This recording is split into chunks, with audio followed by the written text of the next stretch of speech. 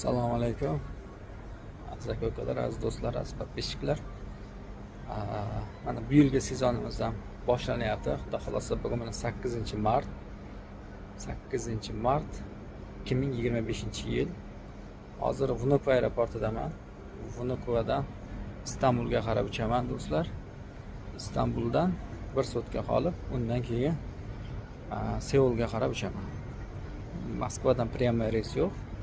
Leba Xitoydan пересадка, leba Istanbuldan oldim, chunki Istanbulda bir sutka qolaman. Istanbulda aynalib, xudo xolasa 10-mart kuni Seulda bo'laman.